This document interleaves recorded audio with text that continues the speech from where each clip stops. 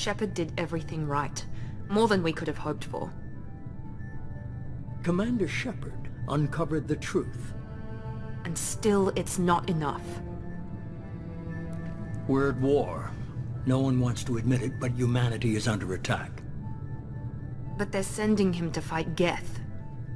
Geth. We both know they're not the real threat. The Reapers are still out there. And it's up to us to stop them. The Council will never trust Cerberus. They'll never accept our help, even after everything humanity has accomplished. But Shepard, they'll follow him. He's a hero, a bloody icon. But he's just one man. If we lose Shepard, humanity might well follow. Then see to it that we don't lose him.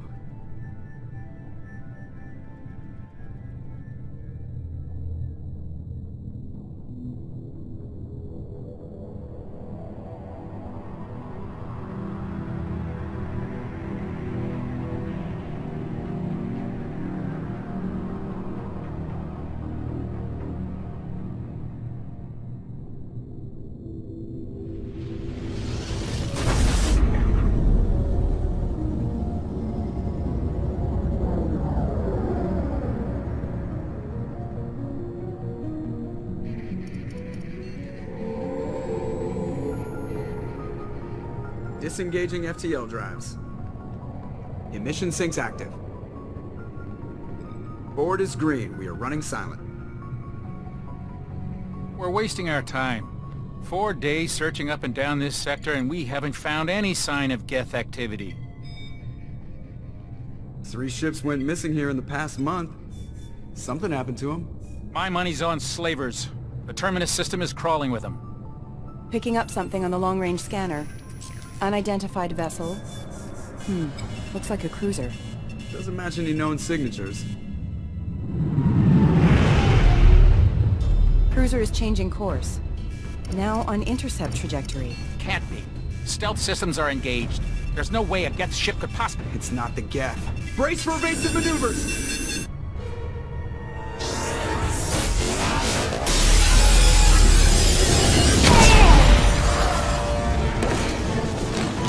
Presley! Kinetic barriers down! Multiple hull breaches! Weapons offline! Somebody get that fire out!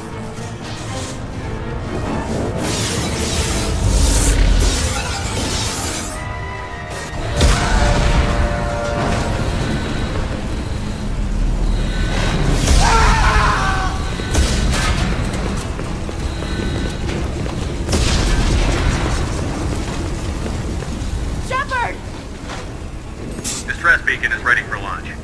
Will the Alliance get here in time?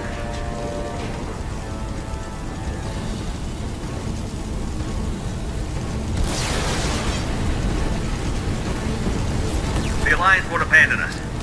We just need to hold on. Get everyone onto the escape shuttle. Joker's still in the cockpit. He won't abandon ship. I'm not leaving either.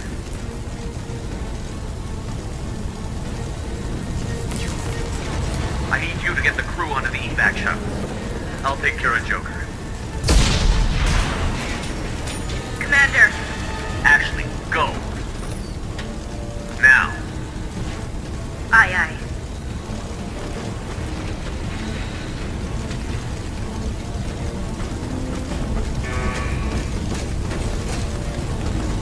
Everybody in. Go, go, go!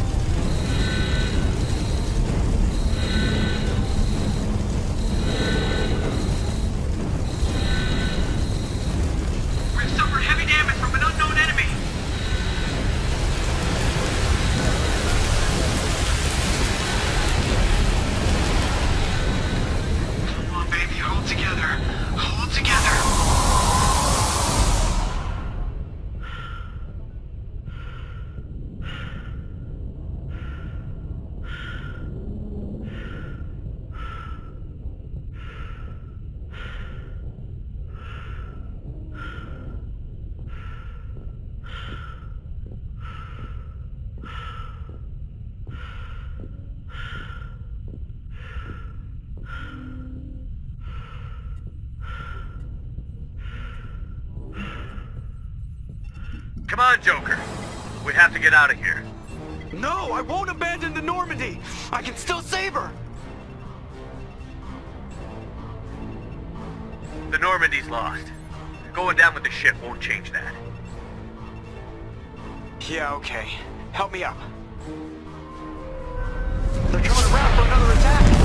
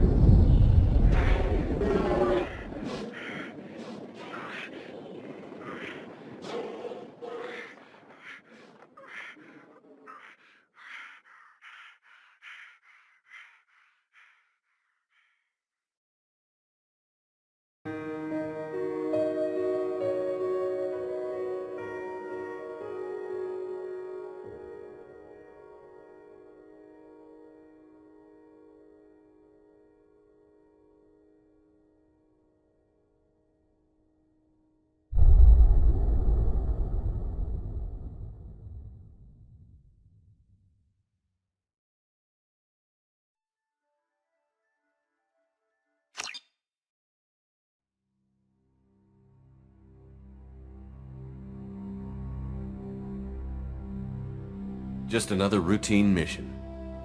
Why do they always say that before a mission? Of course it's routine. You haven't done anything yet. It's everything that happens along the way. The choices you make, the paths you choose, that turn the routine into anything but. Of course, that's how it started. A routine mission, answering a distress call. And look where that got me. We were testing out the Normandy, Captain Anderson's new ship, when the distress call came in. An Alliance patrol on Eden Prime had been attacked. They'd seen something they couldn't explain. And whatever it was massive. I hit the ground with my lieutenant, Caden Olenko. A good kid, loyal, by the book, with a talent for biotics. We came across the lone survivor of the patrol, Gunnery Chief Ashley Williams. A soldier to the core. Tough, disciplined, ready to take on whatever came her way. Ashley joined up with us and took us to the spot where she lost her squad. That's when we saw it. The ship. Like nothing I'd ever seen. It was massive, scorching the colony and everything around it as it blasted away. We followed the path of destruction to an artifact, a beacon left by a long-dead race called the Protheans. The colony had dug it up, and whoever attacked them had tried to take it. Chief Williams made the mistake of getting too close. It hit her with some type of energy. I grabbed her and threw her out of the way. That's when it hit me. Hard. Every muscle in my body went rigid. I couldn't move, could barely breathe. Everything went black. And then I saw something. A vision. Dream. A nightmare. By the time I woke up, we were halfway to the Citadel on our way to meet the Council. I was expected to explain what I'd seen. Anderson came along. So did Adina, our political representative on the Citadel. With those two heavyweights, it seemed reasonable we could persuade the Council that the ship we'd seen was a potential threat. As was the individual behind the attacks. The main suspect for the Eden Prime massacre was a Turian Spectre named Saren. He'd been seen by one of the survivors from the colony at Eden Prime, and there was some evidence to suggest that the ship was connected to Saren.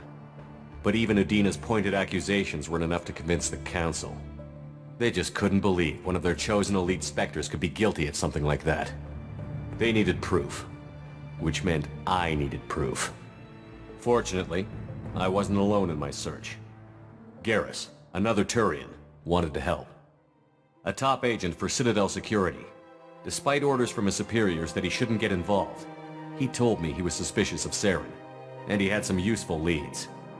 More importantly, he was willing to share them. That led me to Rex, the biggest, nastiest-looking Krogan bounty hunter I'd ever seen. He turned out to be more than just a brute. It was his intel that led to a fugitive with incriminating evidence on Saren.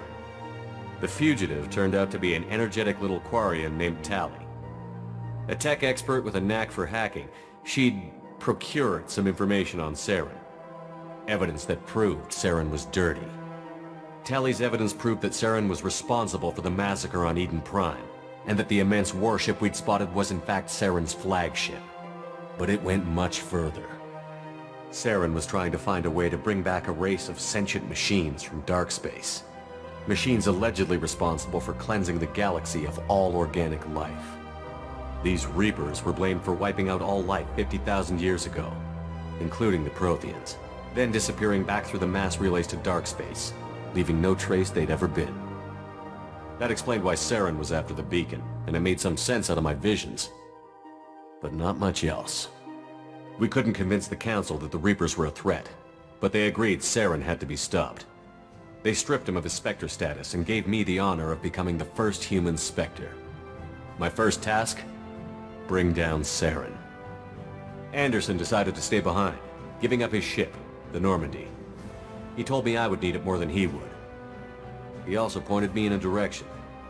Liara, a Prothean expert, adept in biotics, and maybe most importantly, daughter of Benezia, Saren's top lieutenant. And like most Asari, as beautiful as she is intelligent, and born with a unique ability to meld with other species. Liara was able to help me decipher some of the vision the beacon had given me. Nothing concrete, but it gave me some clues. And a new appreciation for the Asari. Her technique for accessing my vision was unexpected, but not at all unpleasant. Ashley was a little concerned about the connection I shared with Liara.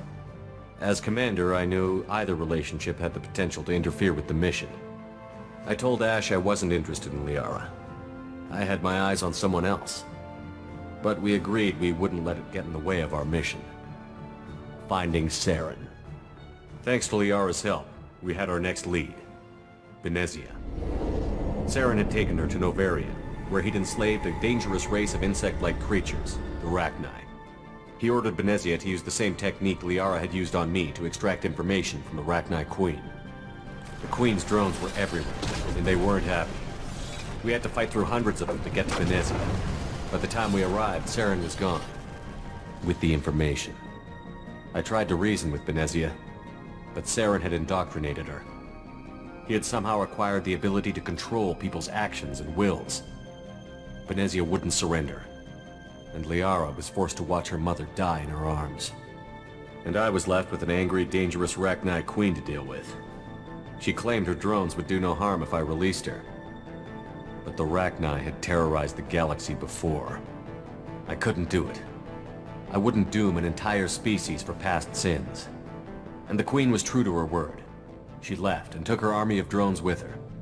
With Saren's top lieutenant dead, he was quickly running out of time and places to hide. I tracked him down at his base on Vermeer, but we soon learned it was more than a base of operations. It was a breeding ground. Saren was breeding an army of Krogan. He'd found a cure for the genophage, a disease inflicted on the Krogan to prevent them from breeding and taking over the galaxy. But the Krogan Saren was breeding were slaves, mindless beasts that obeyed Saren's will. I had to destroy the base, and all its research. Rex disagreed. Violently. Rex wanted the genophage cure for his people. I tried to convince him to help me destroy it, that these Krogan weren't real. But he wouldn't back down. Fortunately, Rex is smarter than he looks. He realized this wasn't the way to help his people, and that Saren was the real threat. When we finally got to the center of the base, I realized just how close Saren was to completing his plan. He was already in communication with the Reapers. Sovereign, Saren's flagship we'd all assumed was just a ship, was a Reaper. It spoke to me, threatened me. I could feel the menace it had for every living thing. It wanted me dead. It wanted us all dead. And I knew it was capable of doing just that. What I couldn't understand was why Saren would help it. But there was no time to think about it. Sovereign knew where we were. We had to destroy the base and get the hell out. I split up my team in 2 squads, sending Ash with one and Caden with the other as a distraction. We had a nuke, and we planned to use it. Before we could detonate the bomb, Saren showed up. We fought. I stalled him to make time for my team. And in talking to him, I realized the truth. It wasn't Saren who was indoctrinating everyone. It was Sovereign. The Reaper. And Saren was in deeper than all of them. He tried to convince me he was still in control. Said he found a way to reduce the Reaper's influence, but he was kidding himself. Or believing the lies Sovereign was telling him. Before I could convince him to stop, he ran, leaving me just seconds to extract my squad mates. I tried, but I wasn't fast enough. I could only save one of them. Caden was a good man, and a great soldier. But I had to choose, and I chose Ash. That was the last time Saren would slip away from me. I knew then, the next time we met, one of us would die. With my team mostly intact, we chased Saren and his army to Ilos, a long-lost planet that had once belonged to the Protheans. As we prepared for what we knew would be a desperate fight, I spoke to my crew. We were just one ship, against Saren's growing army. I assured them all that despite the odds, we could defeat him. But Ash saw through my words. She knew I was hurting after Caden's death. She could sense my doubts. We both knew this mission could be our last. Until that moment, we'd put our feelings aside for the sake of that mission. But why wait? We gave in to each other, and it was perfect. While it lasted. We arrived on Ilos, close behind Saren.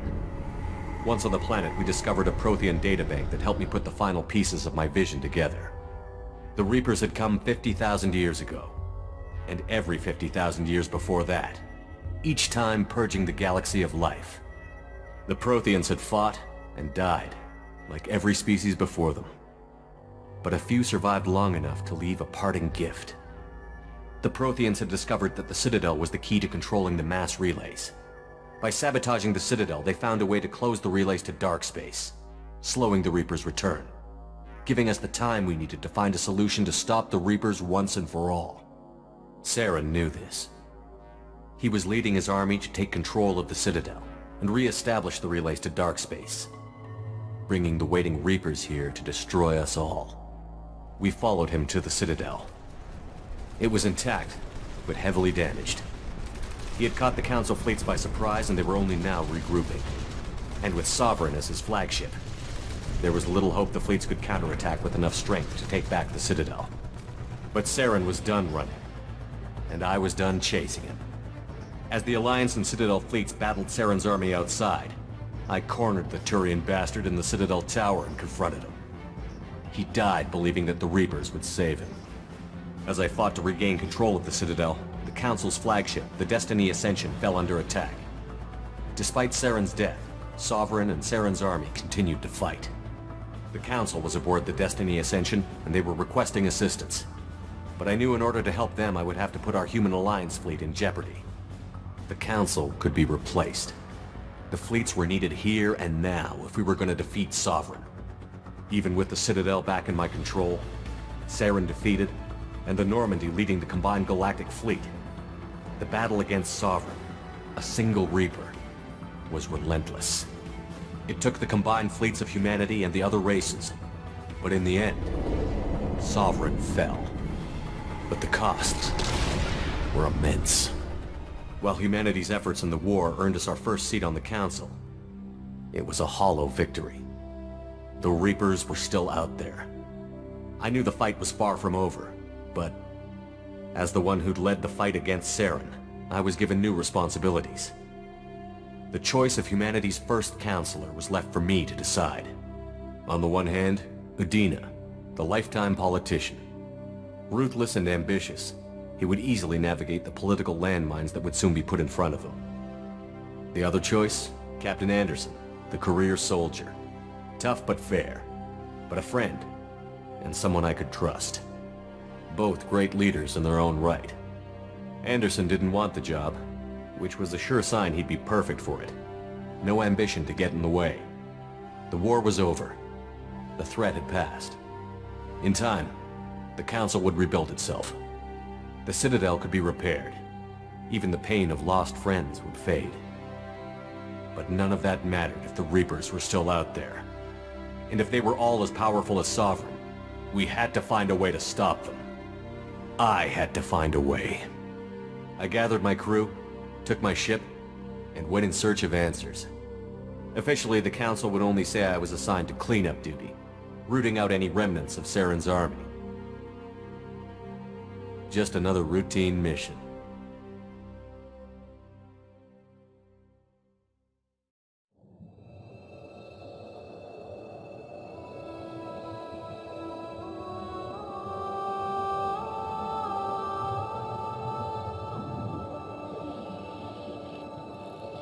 Commander Shepard has been recovered.